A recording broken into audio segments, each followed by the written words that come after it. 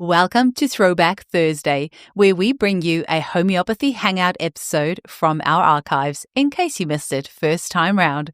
Because this episode may be a couple years old by the time you hear it as a throwback, some of the special offers, links, or content may not be valid anymore, so please keep this in mind when listening.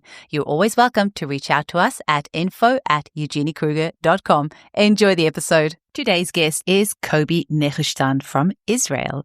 It was actually one of the homies in our Homeopathy Hangout Facebook group who told me about Koby's interesting work, and I was so grateful for the introduction because today's interview is really fascinating. So I wanted to take a quick opportunity to invite you to join our Facebook group if you haven't already. It's called Homeopathy Hangout, and it's a great opportunity to chat with fellow listeners about past episodes and to suggest new guests for our show like Koby. So Koby has been interested in natural ways of healing since he was a teenager. He's not only a homeopath, but he's also trained in Chinese medicine, Ayurvedic medicine, and Tibetan medicine.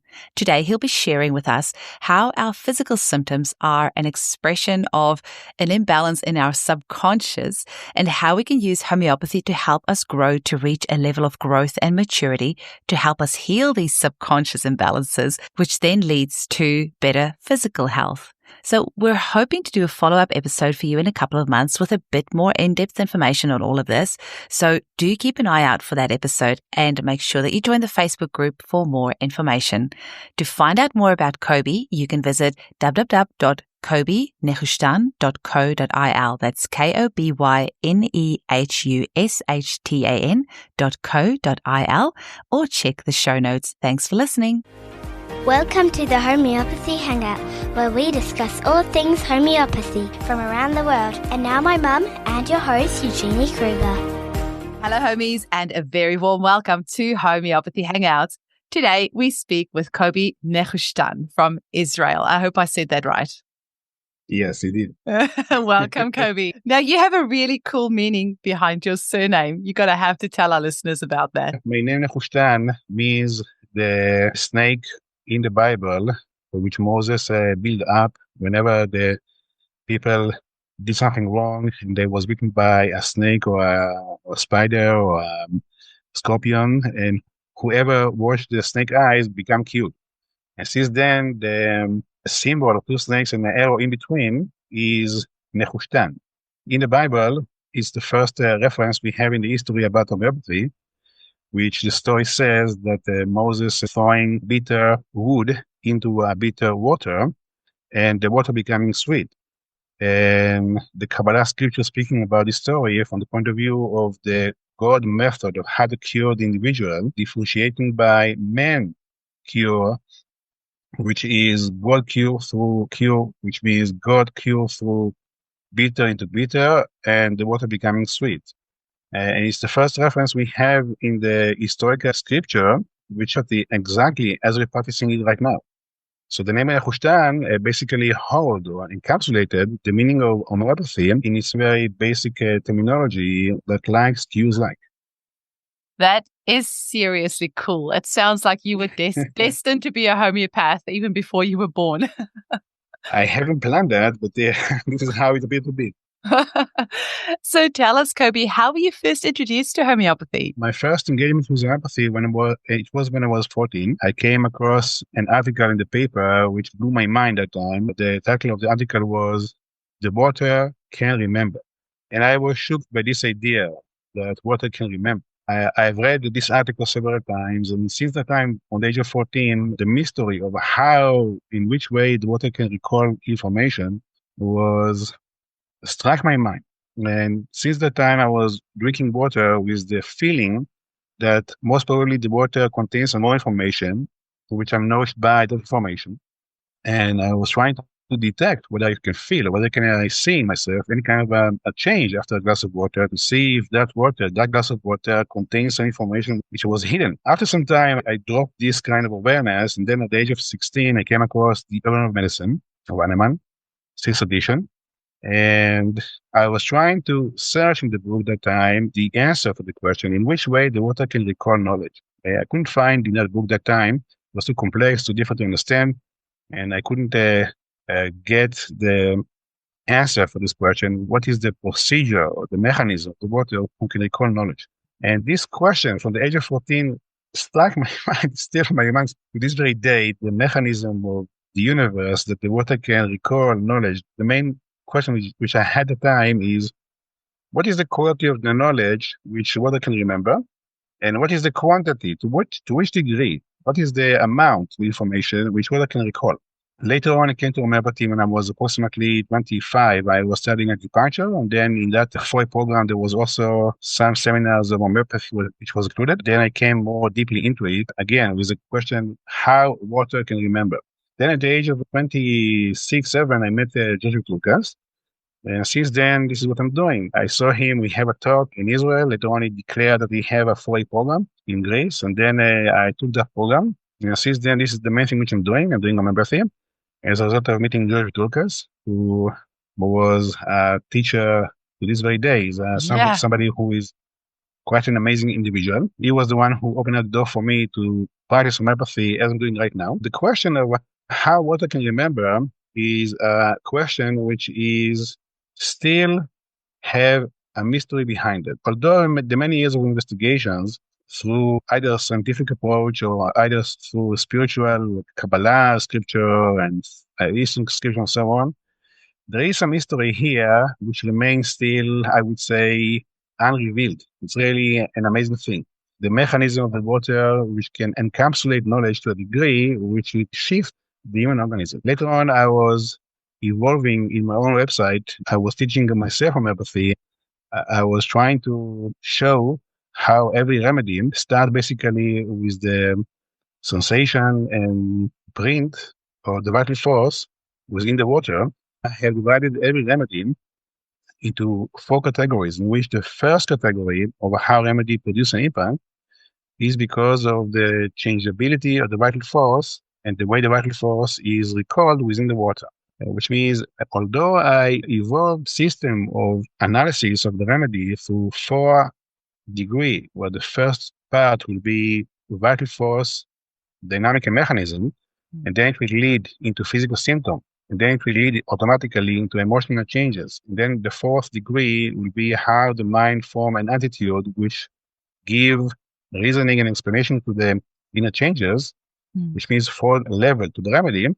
Nevertheless, the question in which way water can recall knowledge, what is the quantity of the knowledge, and the vastness of the knowledge remains still a mystery, though I am still with this investigation for many years. From the age of 14 until now, right now I'm 55, which means for the last 41 years, this question is still occupies my mind. And I say humbly so that the answer is no. You know how synchronicity works, because just this morning I interviewed Veda Austin, who is a lady in New Zealand, and she photographs water.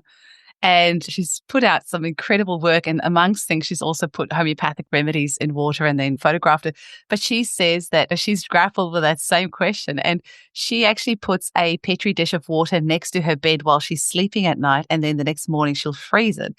And her dreams will actually crystallize in the water. It's just, it's mind-blowing. I've seen also these experiments. But again, what is the mechanism behind it? The mechanism of what is the quality behind the water we can have this kind of quality of remembrance. This is something which remains to me still a mystery. It absolutely does. Veda mentioned about the water that's actually in the air around us and is transmitted that way, because I was wondering, Bruce Lipton talks about the hydrogen bonds between the water molecules, which sends the information, but it's, I don't know, it's so fascinating. It's absolutely fascinating. Yeah, so you were so young to have thought about that question. I can't think that I ever thought about things like that when I was 14. I was I think too cooped up in my own world, but that's a very existential question to be asking at age 14, far out. It definitely set you up. I was going to ask, because you said you met George Vithoulkas, actually before you started studying homeopathy. So were you at a lecture of his in Israel, or how did you encounter him? He came to Israel to give some seminar, and then I had the chance to have with him a chance in person, to meet him in a personal level, and to talk with him about several just general issues about life and about where we are right now in the world. And something about this person, we didn't talk, and I heard a master speak, basically. I heard that a real master is speaking about homeopathy, and it really blew my mind to hear him describe homeopathy. At that time, I was already a full practitioner in acupuncture, And when I saw him and I met him, I came to a certain kind of a junction with acupuncture where I felt that time that whatever can I reach, clinically speaking, with acupuncture, I came to some kind of a limit. I knew what it can do, I knew what it can do, and I felt that there is a limit here. And I was looking for other methods which will solve clinical issues which acupuncture could not. And this is where I met Vithoulkas, and this is where I basically jumped into homeopathy until now. Amazing. With all my vitality, with all my force, and this is what I'm doing until that time. And did you go and study in Greece, or did you study online? No, it was in Greece. You went to Greece for the 4 years? It was in a period, like twice a year, and in between we will have lots of tasks to fulfill. I took it, yes, to a wonderful period. And I think George celebrated his 90th birthday this year, if I'm not mistaken. I think so, yes. Yeah. Yes. What an amazing man. Let us hope it will continue. It's amazing man. Absolutely. Far out.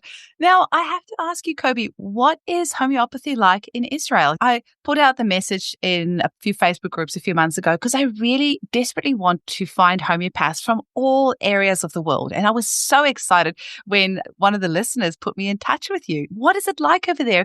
Is it easy to access homeopathy? Do people use it? What is the general feel about it? Is it part of the public health system? Give us the goss. Well, I think the condition of homeopathy in Israel is different than in Europe or in Australia or in the States. Have the debates with the conventional medicine or the conventional authority about the legalization of homeopathy and about whether it's scientific or not. It's a continuous argument which we'll have through the dawn of homeopathy until now. I don't think here is different in any part of the world. We have many homeopaths, as a matter of fact. If the public people would like to be treated in the health system, they can have also homeopaths over there. There are some hospitals in which they have department of alternative medicine, especially when it comes to geriatric department or cancerous department. Over there, they will have alternative medicine which will help to some release of symptoms. They will have over there as well a homeopaths who work there, who already have some statistics and some capacity to show in which way some remedies can help to some symptomology in cancer recovery after chemotherapy. Although they work through a palliative method, nevertheless, they are into the system. If people are interested about, they will have all the websites and all the information about how to approach homeopath. I think it's quite popular. It's quite out there. I don't think anybody my experience, of course, it's throughout, since it began alternative medicine until now, it's always was through mouth to ear. It was never through publicity. Nevertheless, I would say that we have here a large group of community who work together. Last week we had a congregation meeting, which gets done once a week, once a year. We have activities in the congregation where we give seminars and we share knowledge. It's quite a live community. We have several schools here in Israel who is teaching homeopathy for the last, you do I would have say, 40 years. Okay. Yes. For 40 years? Yes. Amazing. And it's quite a live thing. Yes, I would say it's definitely a live thing. Wow, that's interesting. And I was just going to clarify. So are you saying that within the hospital, there is like a wing for alternative medicine, and you say it's more palliative, but there may be a homeopath in that area? Yes. Wow. See, what happened was in the Israeli health system, they differentiate it in a way which you will pay a monthly fee, which is not so much, it's quite low, but nevertheless, by that, you will have a health security.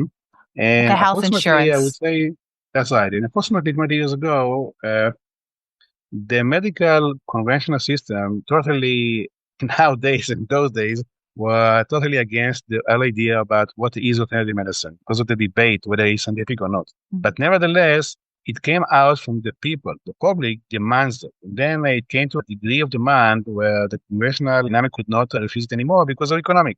Because if they will not come to us, they will go to people outside of our system. As a result, they began to evolve against the philosophical ideas, against the feelings, against their attitude about homeopathy. They began to evolve the possibility to be treated through homeopathy under their own umbrella, so to say, which was a kind of a conflict from their eyes, but nevertheless, they did it because of their interest of economics. So the public demand.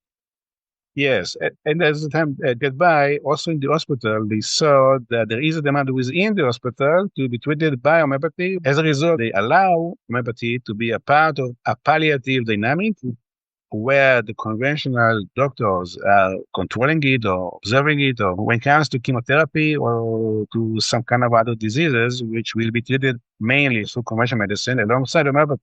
So as the year went by, we have more and more homeopaths who give a kind of statistics in which way, for example, Nux vomica will take away vomiting after chemotherapy.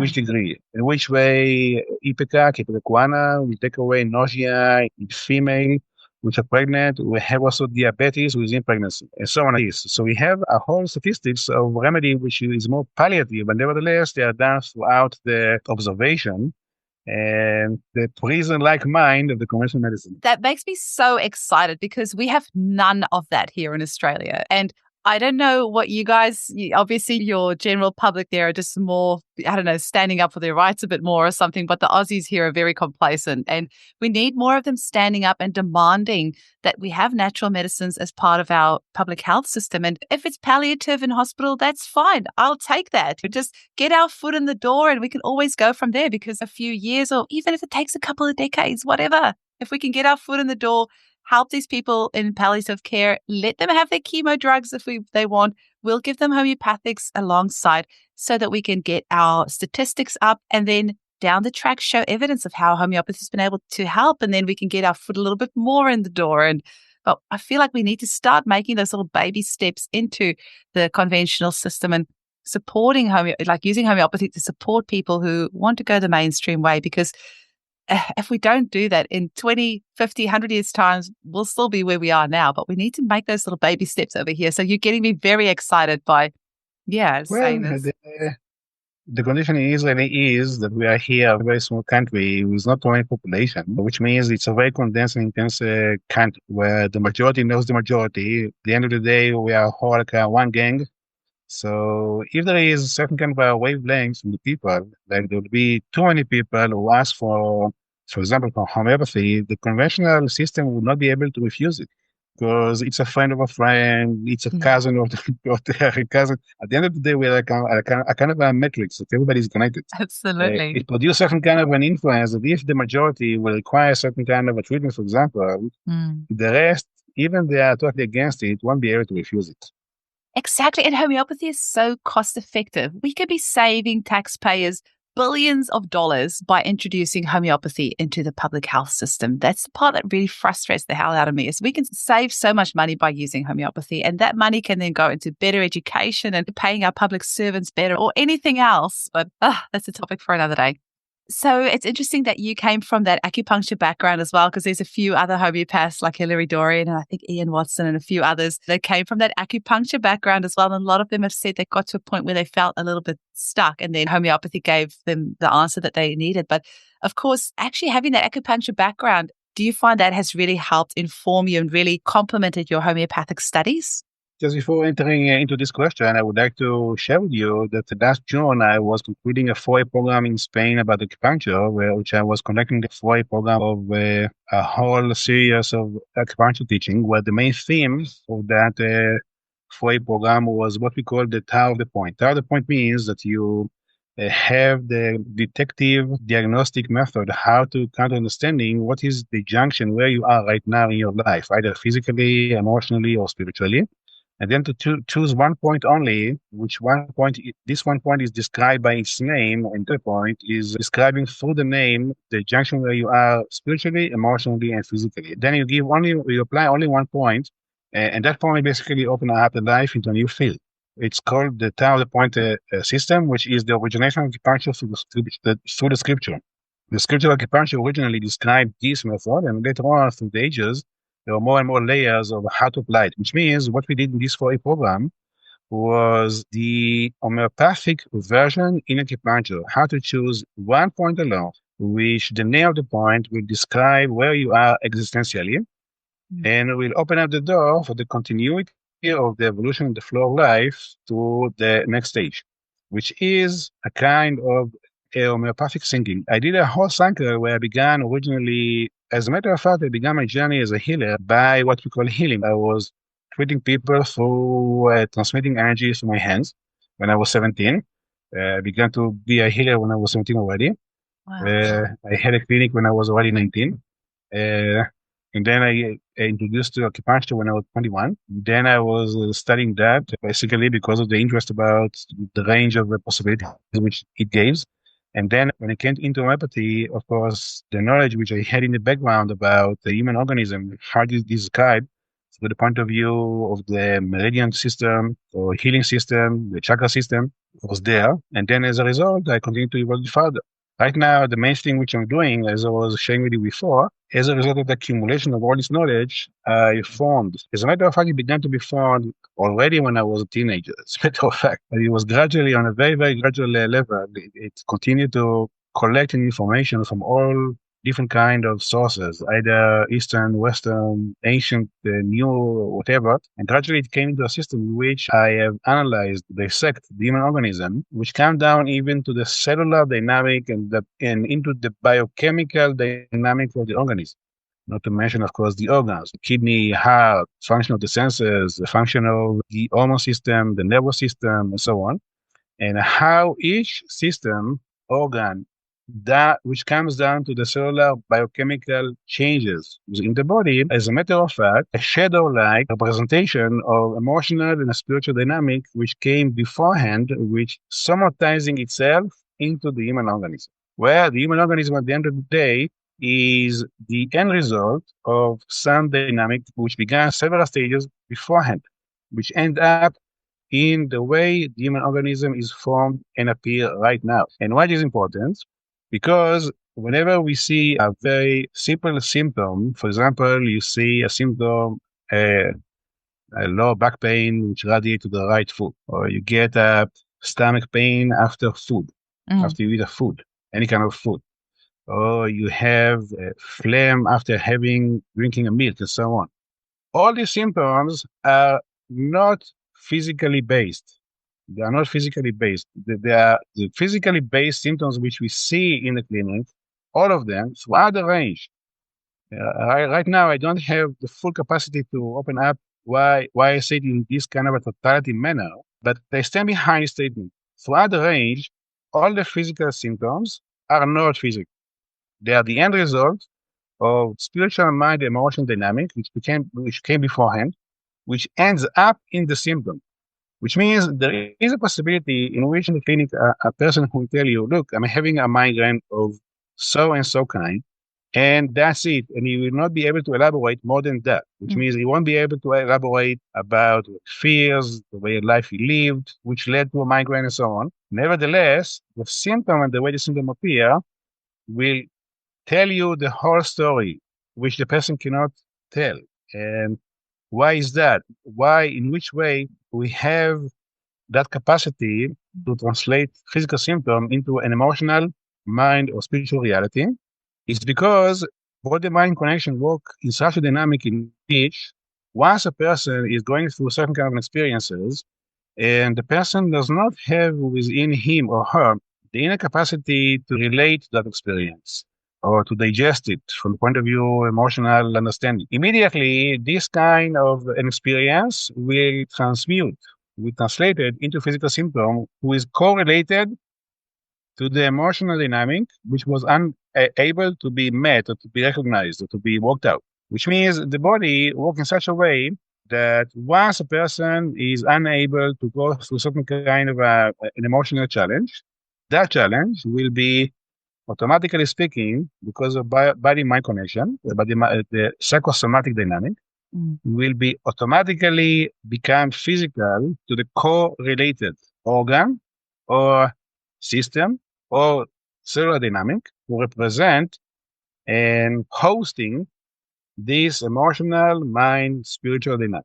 And by the symptom and where it is located in the body, and how it feels to the patient, for example, sharp pain, tingling pain, hot pain, so on, what we call peculiarities in homeopathy.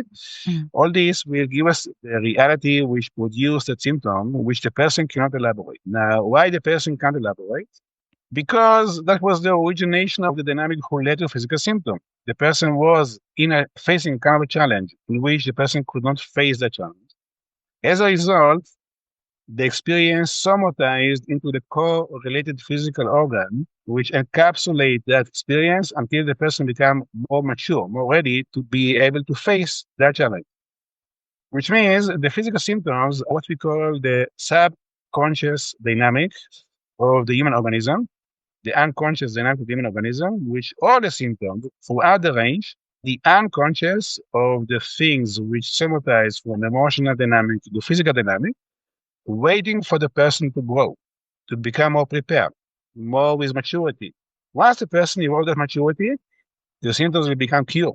The symptoms will become transformed from a physical symptom into something else. And this is where the remedy becomes so important. The remedy, if you understand this dynamic, and then how to find a remedy to correlate to the emotional dynamic which stands behind the physical symptom, this is the remedy which, as well, alongside recovering the symptom, also will lead to the growth and the maturity which is required from the person to be able to become more, I would say, with the inner capacity to go through certain kind of an emotional offenses and to continue further the life. Which means all the knowledge which gradually throughout life, in a very gradual manner. Yes, I began when I was very young. I began this journey when I was 16. In the last, I would say, 25 years or so, I began to evolve this system, which brings humanity, purified it with you. I took away the cultural dynamic, which is within the language of the vocabulary of how to describe the organs and the meaning of the organs and so on. Mm. And I brought the clinical purity, so to say, to combine different systems, and in which way different systems basically saying the same truth about human organism and how it dissects the human organism in such a way which, at the end of the day, when we see a symptom, that seems to be very simple. Again, in the way I see it, the way my mind, the way I see it through this system is that the truth in its totality encapsulated in the most simple things. There's a beautiful book of an Indian lady, can't remember her name. The title of the book was The God of the Simple Detail. God, the way, can't remember. So I can't remember. That's okay. How God appear in the small, insignificant details. And I believe it's so. If you take a symptom who is very simple, that you will ignore because it's not so significant, I would say over there, the totality of the truth are encapsulated within that symptom. And again, we're having right now our teachings, a whole system which analyze that and show how to address this question and how to unfold it and how to make it something which is practical, tangible, and easy to understand. Is that book by Christian Bandia? There's a God of the Details, the scientific cover-up of intelligent design. It's not that one. Maybe. Holy moly, Koby, you have just unpacked some seriously mind-blowing stuff. I had to really try to keep up with everything. Psst, did you hear the news? If you're in Australia or New Zealand, you can now study to become a homeopath with me. That's right. I am bringing the Centre for Homeopathic Education's world-renowned training program that has been running for 28 years to Australasia. First intake starts in September. Check out episode 398 of my podcast or visit chehomeopathy.com.au for more information. You can tell that you have been doing this for a long time because you just spouted a whole bunch of very complicated ideas very quickly. So I am going to can we just take a moment to unpack this a little bit? And for any of the listeners who just had their mind blown like me, I just want to just break it down a little bit. So you're saying basically that if, say, for example, we know that if you drink milk, it increases mucus production. And that's why often when you've got a cold or something like that, they say to avoid milk because it increases mucus production. But you're saying if you're drinking that milk and you have mucus production after that, it's not actually a physical reason. There's actually an energetic or spiritual reason behind why that's happening. And are you saying that? Let me start, please, Eugenie, with something which is more simple to understand. Yeah, give us some examples because that's always a good way. Yeah. Because when we take it to food allergies, it's a bit more complex because in our teachings, we have as well a sect of food allergy and what is the psychological meaning behind the reasoning why a person would be more sensitive to milk or to nuts or to peanuts or to strawberries and so on. Which is, again, is a vast teachings because every food has an emotional, mind, and spiritual quality behind that, which means once you're becoming allergic to a food, it will show to what you are sensitive to from the point of view emotions, mind, and spiritual. Therefore, when a person is a milk, when there is a milk sensitivity, it shows milk represent the archetype of a motherhood feeling, which means especially cow milk. Whenever there is sensitivity to cow milk, any kind of dairy products, it shows that the person have an issue about a motherly connection, maybe, and what is the motherly connection, which most probably was not there, or was not there to the person requirements, emotional needs. That thing has to be questioned in the clinic. However, by that, we already understand that there is what we call a mother issue behind that topic of milk sensitivity. And this is true to any kind of food which a person will become allergic to, like wheat, gluten, for example, celiac. It's a very wide range of topics. If you want, we can have another talk only about that. Yeah. But right now, we'd like to focus more about the mind, emotions, spiritual meaning behind a symptom who is more common. For example, and to show you how it works, how this system works. You take, for example, a typical sore throat. Can be because of a flu, can be because of a milk sensitivity, can be because of corona, a virus infection, and so on. Why the person having the representation in his organism of a sore throat? Why? Because the throat is the area in the body which produces emotional communication. So whenever we have tonsillitis or infection in the throat, or maybe even goiter, swelling of the thyroid gland, all this will show that the person have a difficulty to express and to share and to talk out his emotions. And over here, I emphasize emotions because the throat shows mainly emotional capacity to express emotions, or how the person is able to speak out his emotions. If a person, for example, have tonsillitis and the pain is more, for example, on the right side, indicates in our system practical approach to reality, and left side represents absorption, experiential, they need to stay with experience, which means if there is more tonsillitis who is swell and painful on the right side, it indicates that the person is facing the challenge of, in a practical manner, in which way you're communicating yourself and find it to be an obstacle. If it will be on the left side, it will be in which way you can communicate yourself with others and allow the others to communicating themselves to you and to relate to what they feel. So over here we see duality of emotional exchange, either by being able to talk out your emotions, which will be the right side, being able to receive from others emotional dynamic, which will be on the left side. And by that, you can understand in which way clinically to approach it. Now, if you take, for example, sinusitis, this block, or there is a polyps, which is very common in children, or adenoids. There is a lack of capacity to smell. What is the nose? The nose is the organ. This system I'm telling you right now is very vast. I'm giving you a quick rundown. But whenever we give these teachings, we have an introduction about the organs in which there is a causation why the human organism appeared the way it appeared, which means the formation of the human organism is not accidental.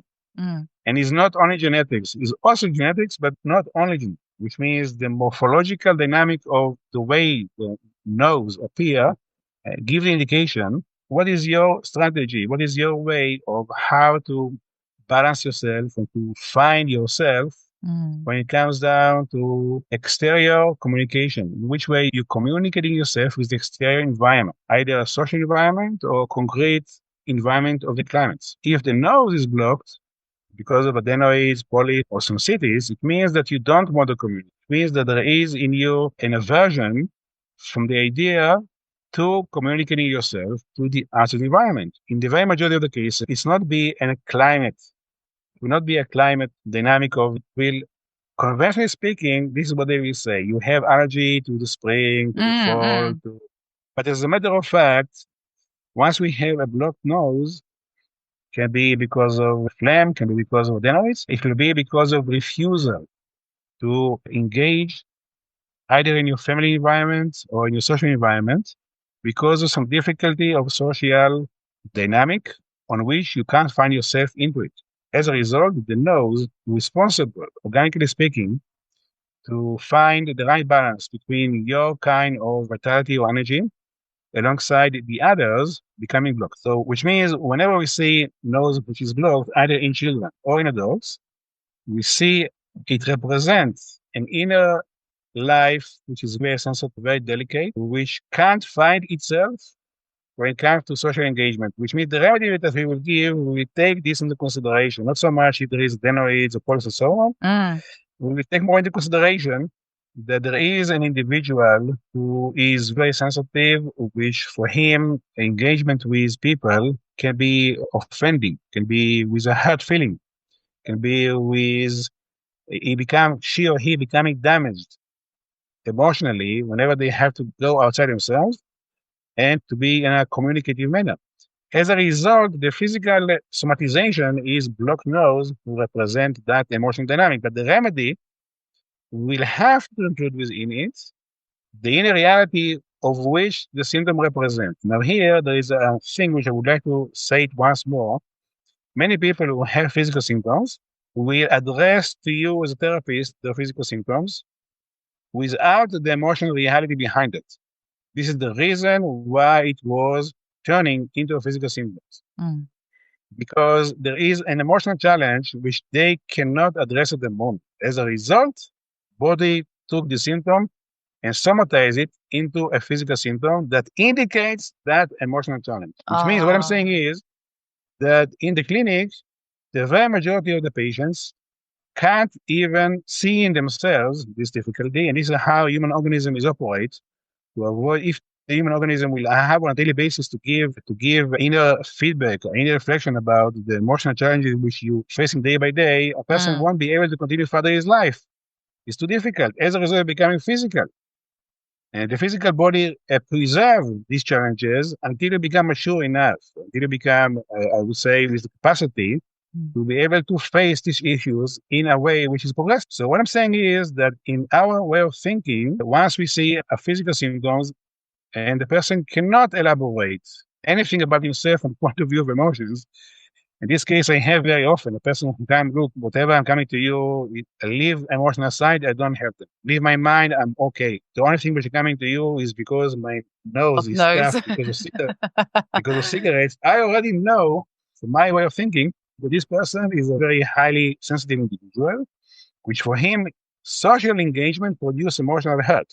And even though he will not be able to elaborate that, I will include this into the analysis of the remedy. So then when we give that homeopathic remedy then, so what you're saying is what you know because of this knowledge that you've gained of what the physicality in the body represents on an emotional level, and you then give that homeopathic remedy that's informed from that knowledge. The homeopathic remedy will then address the emotional issue that was the problem in the first place?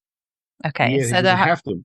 So the homeopathic remedy then, so it's not actually suppressing any of that emotions, like it's actually... As a matter of fact, it addresses reality in the patient, which even the patient can recognize at the moment. Will allow for the patient a kind of a maturity to later on deal with the issues, which at the moment he can't. As a result, it becoming a physical somatization symptoms. Oh, I got you. Yeah. So that remedy, because I was just thinking if that blocked nose was due to them not wanting to interact with their partner or something like that, then they still have to learn that lesson at some stage. So it's not like the remedy is taking away that lesson that they have to learn, but the remedy is maturing them so that they can then deal with that lesson that needs to be learned. Yes, you hit the point. The main point is if you would give a remedy, for example, just to take away the phlegm from the nose, there's a woman and she finds her partner to become very offensive. As a result, the nose becoming blocked. Why? Because she can't share her vitality with his vitality. Kind of a mutuality. We should be together. The nose becoming blocked. If you would give a remedy which just take away the phlegm from the nose, forcing the nose to remain open, although she's feeling this kind of sensitivity, this is what I call repressive treatment, because the hurt is going to manifest in the organ in the body. If you will give a remedy which, because of this knowledge, you understand she's suffering from threatening or offensive relationship, And he will give a remedy which includes that thing as well. Although she can't elaborate, she will say, yes, me and him, we are happily living ever after and so on. This is not the truth. The truth is the symptom have another story to tell. The symptom tell another story which she will not. She will tell, look, I'm living with him happily ever after. He bring me so, and I bring it to him so. The symptom give another indication. The symptom says that she suffer through offense, who maybe she feels threatened by him, and she won't be able to admit that because of many reasons. The main reason is, again, requires a certain kind of maturity to be able to see herself and to address it. And the remedy, if it will address the emotional meaning which the symptom encapsulated in it, then it will also lead later on to the kind of maturity she requires to open up her really in reality into a space in which she can communicate it and work it out with partner. Oh, that's beautiful. This dynamic basically is a dynamic which also has to be learned through what we know as a homeopath, the hearing law. Because the hearing law speaks another vocabulary in which we don't. Hearing law says that the right kind of disease, the right kind of recovery will be from the inner to the outer, from higher to lower, from the middle to the extremities. We say another way of view where whenever you feel something emotional and these emotions are undressed by you consciously, it will go into physical symptoms. Which means the physical symptoms in its all range of formation are, as a matter of fact, an emotional dynamic which never addressed, which never answered. Which over here we see a duality of how human organism has worked through body-mind, which is a bit different than the hearing law.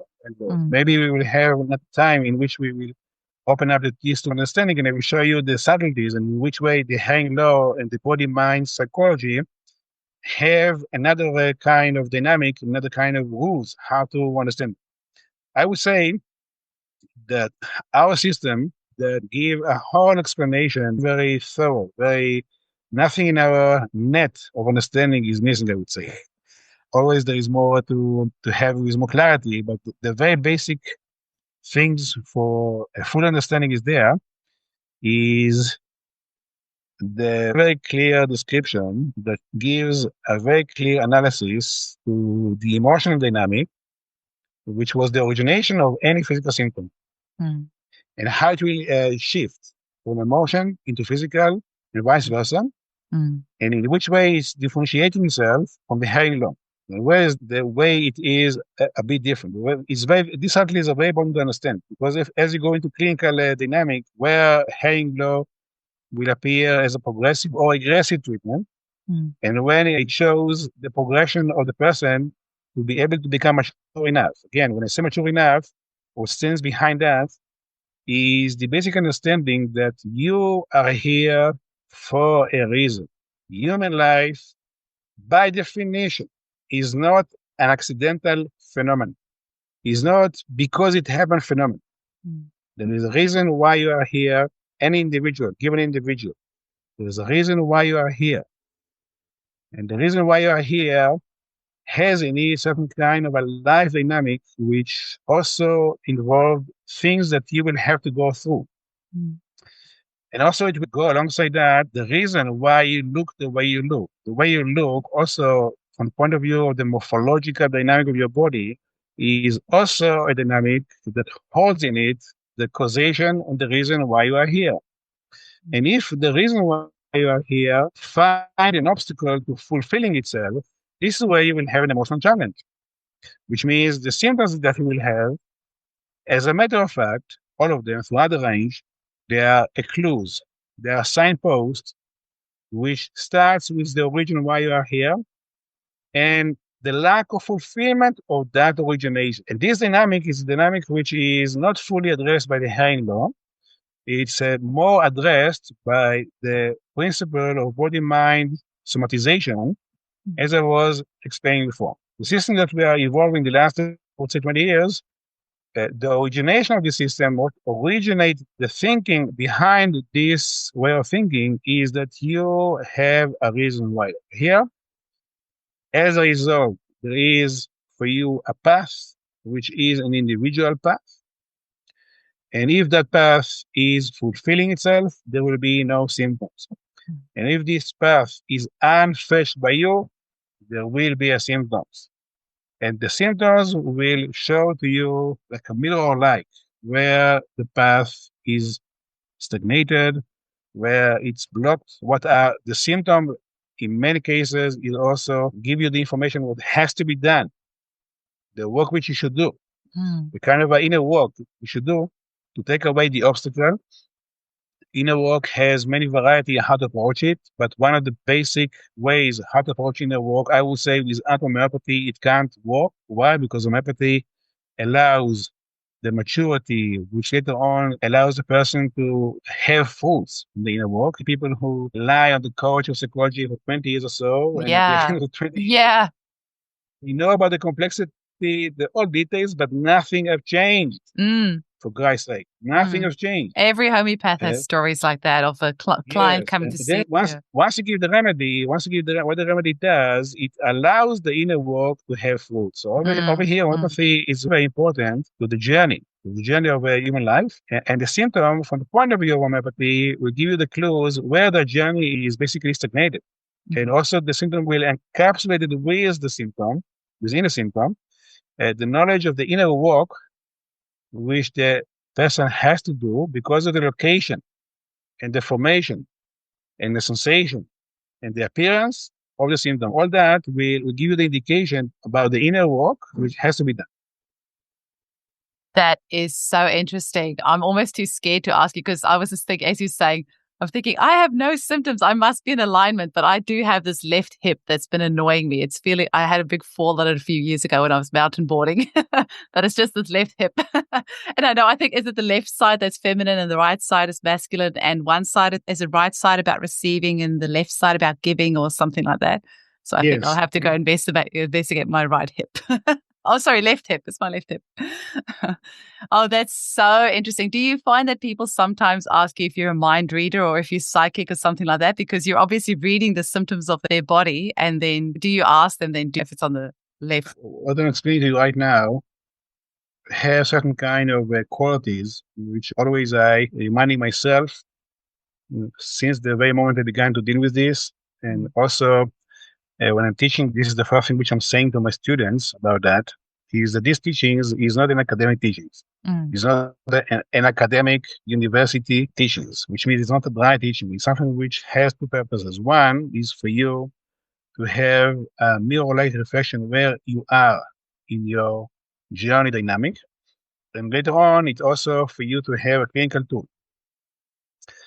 And this knowledge is a knowledge which what makes and allow it to grow, what prepares the ground for its continuity, for allow you to grow through this knowledge, is the basic purity,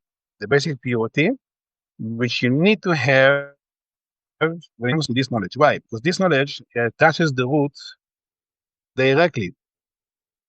And if there is an impure mind about the need, why to have this knowledge, to manipulate the other, to have tricks on the other, to have power on the other, to do mind game on the other, then this knowledge automatically blocked. This knowledge automatically will not evolve. It will fade away from your fingers. You will find it very dry, very boring.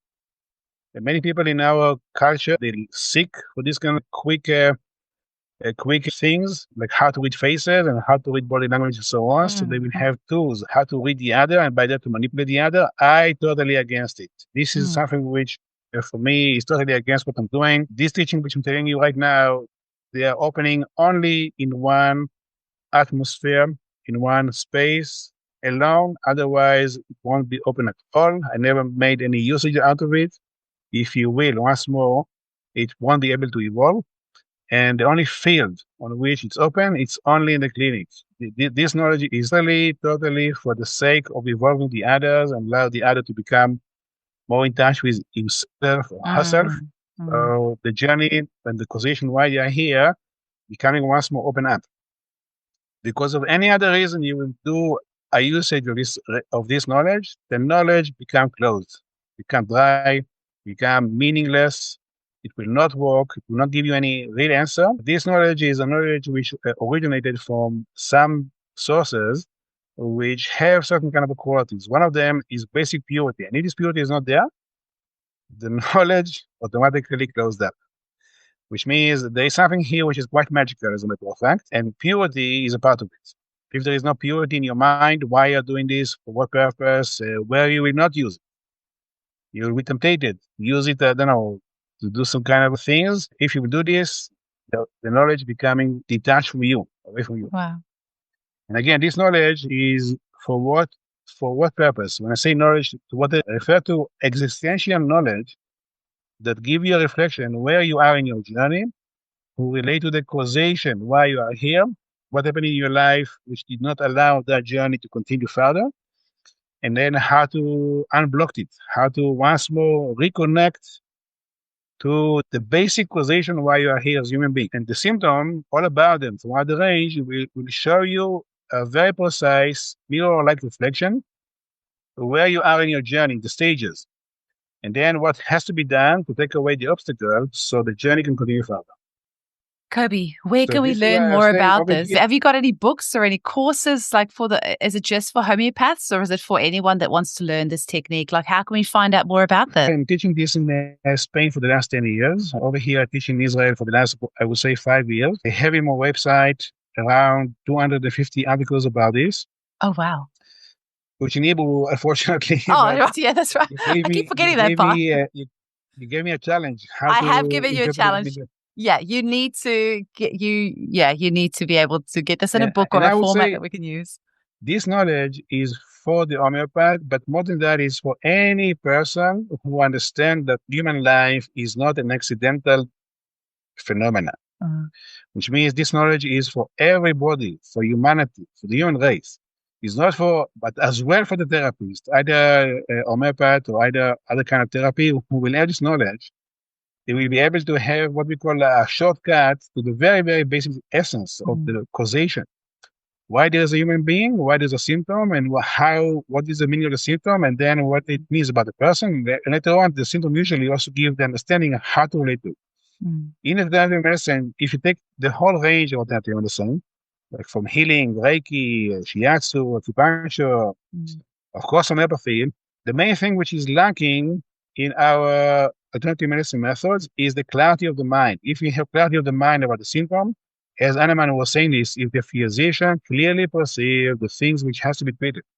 This clarity of mind about what is the point which has to be related to is the missing bit which in alternative medicine we are left. Once you have at any given field, no matter what you do, this clarity, great clarity about what is the condition of the person, why the person evolves the symptoms, the symptom meaning what about the person, what they can do about the person.